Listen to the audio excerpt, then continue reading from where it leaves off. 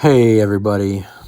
I realized while editing my last, or I should say first, I don't know what I should say actually, but I realized while while editing my Fantastic Four First Steps movie review, that there was a couple things that I forgot that I wanted to say in the video. So this is this is a video of extra stuff that I wanted to say, mostly pertaining to Galactus and also the post-credit scene, which is abysmal. Obviously, spoilers if you haven't seen the movie yet, so I'm going to give you a second. And we're going to get right into it. I have to take some deep, heavy breaths because it gets worse. It gets worse than the first video. If you haven't seen the first video yet, it'll be linked in the bio or comments, one of the two. But let's just get right into it with the post-credit scene. Arguably, one of the worst post-credit scenes maybe in Marvel history, MCU history, potentially. We see a flash forward of little baby Reed and what appears to be Doctor Doom. But we don't know it's Doctor Doom. I mean, it clearly is Doctor Doom. It's clearly Doctor Doom. But his back is faced, and we don't know how he got there, and we don't know why we can assume why he's talking to the kid. But, I mean, that is the biggest fumble. And don't get me wrong. I'm sure there's people that saw that and were like, oh, my God, it's Doctor Doom. That's hype. And, if you're one of those people, I'm not going to make fun of you too much. I understand. I get it. It's okay to be hyped. But the problem is that we never saw his face, first of all. Second of all, if it was just Doctor Doom, that's one thing. But this thing is, the big thing here is that the MCU's Doctor Doom is going to be Robert Downey Jr., which is presumably a variant of Iron Man to some extent. That's a, pretty big lore drop, and you're just going to show off the character in this super random way, and we don't even get to see the front of him, just the back of him. That's such a big hit and miss. That's a huge hit and miss. You could have totally, and apparently, this wasn't a double stand-in. This was him. Apparently, he was there in the flesh. So you're going to tell me that was him in the flesh, and you're not going to reveal his face or show at least what his faceplate looks like or anything, and no voice lines or anything either. It's just you see the back of him. We don't know how he got there, and that's it. That's it. Now, are we just going to assume that that's a canon scene and that's going to carry on into the Avengers movies?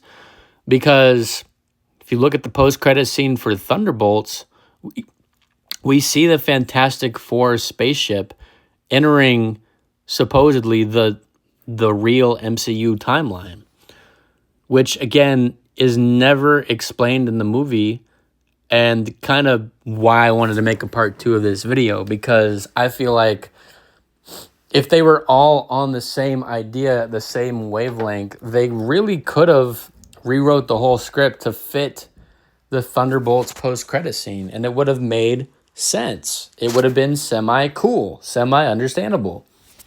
And this all ties back in with Galactus to an extent. Or, maybe they don't even need Galactus to show this point off. And maybe it could have tied back into Doctor Doom and something like that too. But let me explain. First thing that I want to show, though, or at least tell about, is that supposedly the director of the Fantastic Four First Steps movie didn't even know about the post-credit scene in Thunderbolts where the spaceship is entering the main timeline universe. Hello, that is a big lore drop. That is a big thing that happened in Thunderbolts. And now we still, you'd think, okay, you're hyping up the very next Marvel movie. Cool. We're going to get an explanation of why this is happening. That's always how the post-credit scenes have worked in the past. you get an explanation for why something is happening. But now, there's no explanation in the movie. It's never brought up. The director didn't even know about it. So that shows me that the higher ups themselves don't even know what they're doing. Like this is you're fumbling already before the Avengers movies even come out. You're fumbling a cohesive story. Like that's terrible. That's terrible. And so yeah, you have that major plot point that isn't addressed. And then not only do you do that, but you're creating a new plot point that also, guess what, probably won't be addressed with the new post-credit scene with Doctor Doom, Iron Man, and we never see his face. And sure, you can argue, oh, that's not important, it's not a big deal. Okay, well, I mean, he's there though. Like that's him. He's there. What's Invisible Woman gonna do? What's Fantastic Four gonna do? Are they just gonna be like, don't do that. Go back to where you came from. Are they gonna like fight him in the living room? Like, what's gonna happen there? Like, that's a new plot point that you opened up that we're gonna have to see an explanation to. And now you have those two plot points that sound like pretty big, different plot points. And you got to keep in mind too, we're under the assumption that, guess what? That's still a different timeline and different universe. So we have no idea. We have no idea how Fantastic Four ends up in our mainline universe. And that makes no sense at all. That makes no sense at all. And you totally had the opportunity to make it all make sense. And they didn't do it. They didn't do it. And that's very frustrating. I thought before going into the movie, and maybe this isn't a better rewrite. Maybe the filmmakers are better than me because they didn't do what I expected.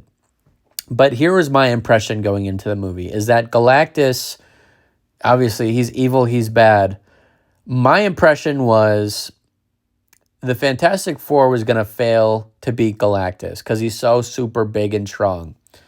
And that Galactus was going to eat their world and destroy their universe. But Mr. Reed, Mr. Fantastic, is so smart, and he was able to escape the universe before it was destroyed. Well, I mean, assumably it would still be destroyed. They would have failed, but they would enter a safer timeline, yada, yada, yada, blah, blah, blah, and avoid getting killed by Galactus. That would add some depth to their characters. That would show, hey, again, which I mentioned in the first video, hey, they're not flawless, they're not perfect, they failed.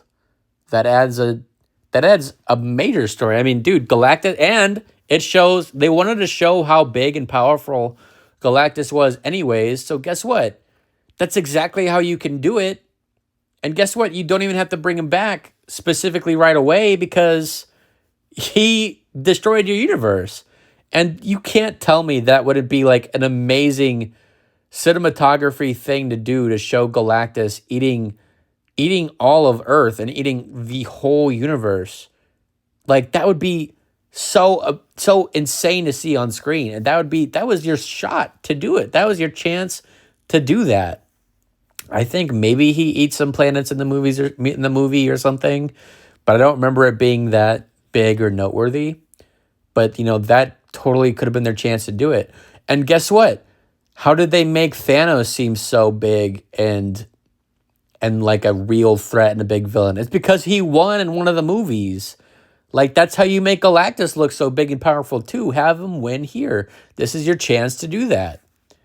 And then explain why Fantastic Four is in the main branch timeline. It would add up. It would add up, and you don't need the unnecessary Doctor Doom thing. Sure, I think there has to be another way they can explain that. I have no idea how they're going to explain that now, and maybe even asked me 3 months ago, and I still couldn't tell you how they are going to work that together. But guess what? I mean, this was your chance to make Galactus look cool.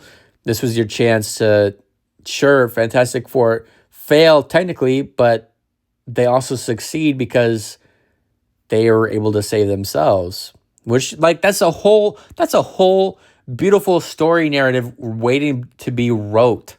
waiting to be wrote. And like all the Avengers and stuff from the main timeline are going to be like, we don't trust these guys because first of all, we don't know them, and second of all, it sounds like they totally failed the first time. So why would we trust them to defeat Doctor Doom? You know what I mean? But now we have no explanation of why they feel the need to. And maybe you can argue, oh, Doctor Doom's a reason. Doctor Doom's a reason why they're in the main timeline and blah, blah, blah. And Doctor Doom, the reason why Iron Man's still alive is because it's the Iron Man of their universe, question mark? I don't know. Really doesn't make any sense. And maybe you could even argue, especially from that standpoint, because the movie seems to be set in the 60s. And as you know, Iron Man was probably like a kid during that time, bro. Like, he wasn't, unless they're going to say it's his dad or something. Like, the amount of retcons that need to be made just to make this franchise make sense anymore is embarrassing. And, there's this report coming out that Galactus and the woman Silver Surfer are going to be reset. Like, their characters are going to be different once the main storyline happens, which doesn't make any sense. And I'm pretty sure it was said that like Galactus is supposed to be this thing where he is consistent or supposedly the same character throughout all universes and all realities. So the fact that they're already willing to reset him and his character, you're bombing. You're throwing flame to the fire. It's stupid. It's so dumb. And I just don't get it. None of it's making sense. And like I said, I was trying to say a little bit in the first video I made that maybe there's a chance they could have done this movie without Galactus. And I think they underestimated how cool the Fantastic Four is. Like, if you just watch the movie and you can tell by like how restrictive the powers are and stuff, like they kind of don't realize how well known these characters are and how respectful people want to be towards these characters. Because I totally want to buy that they didn't need Galactus to sell this movie. If that's what they were feeling like they needed to do, is that they needed Galactus to sell this movie, I think Fantastic Four can sell themselves pretty well. Like, I really do. And, like, even with Galactus, that's the embarrassing part, too. Even with Galactus, this didn't make the amount of money that they were probably expecting it to make, which is embarrassing. So, like I said in the first video, they could have made Mole Man the main antagonist or something like that. And that's what I think the movie could have been centered on instead. Now, I'm sure like the kid stuff, like the Franklin Reed stuff was necessary and is going to make more sense down the line with the Avengers movies. And it seems like, yeah, Doctor Doom wants a really powerful kid, just like Galactus wanted the really powerful kid. Sure, he's a really powerful kid. I get it, okay? He's really powerful. We get it. He's got a bunch of powers. He's cool. We get it. Okay. But I feel like they can still tell that story but also be like, yeah, they failed to save their universe. Or even better yet, here's like my little fan rewrite, okay? They fail to save the universe, whether it's by Galactus, Doctor Doom, whoever you want it to be by. Anyone can destroy the universe. Let's just say it's anyone. Even maybe Mole Man. Maybe even give that credit to Mole Man. That'd be kind of crazy. Regardless, they fail to save the universe. Boom. They're on their way to the spaceship into the mainline universe. And that's where Invisible Woman gets pregnant. And it's like, oh, whoa.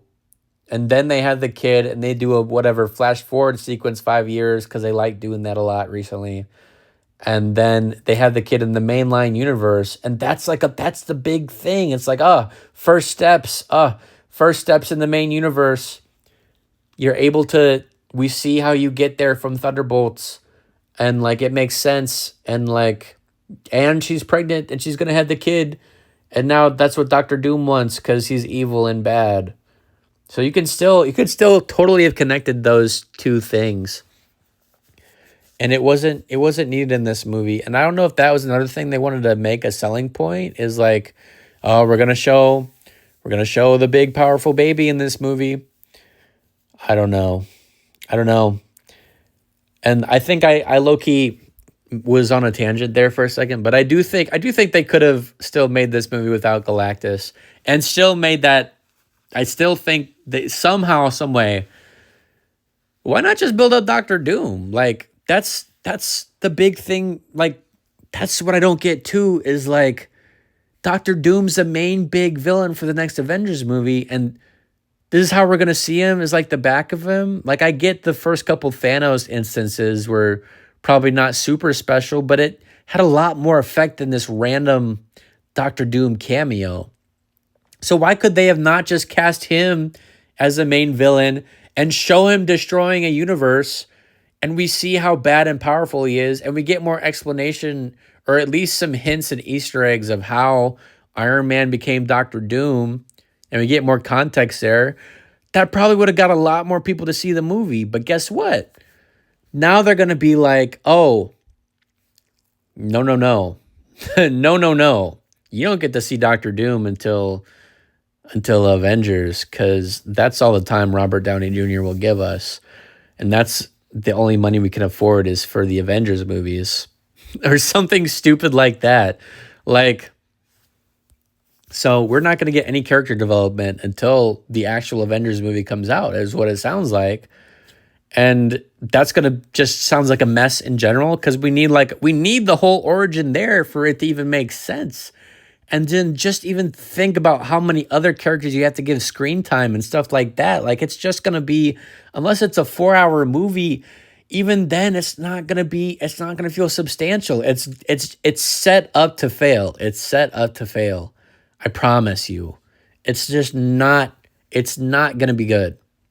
And I hate to be the bearer of bad news, but this is what it's looking like right now with these post-credit scenes and these resets going on, and directors not even communicating with each other as to what is happening in each other's movies. Like, just don't even be canon anymore. Just don't even be canon. Just make funny, goofy spinoff movies.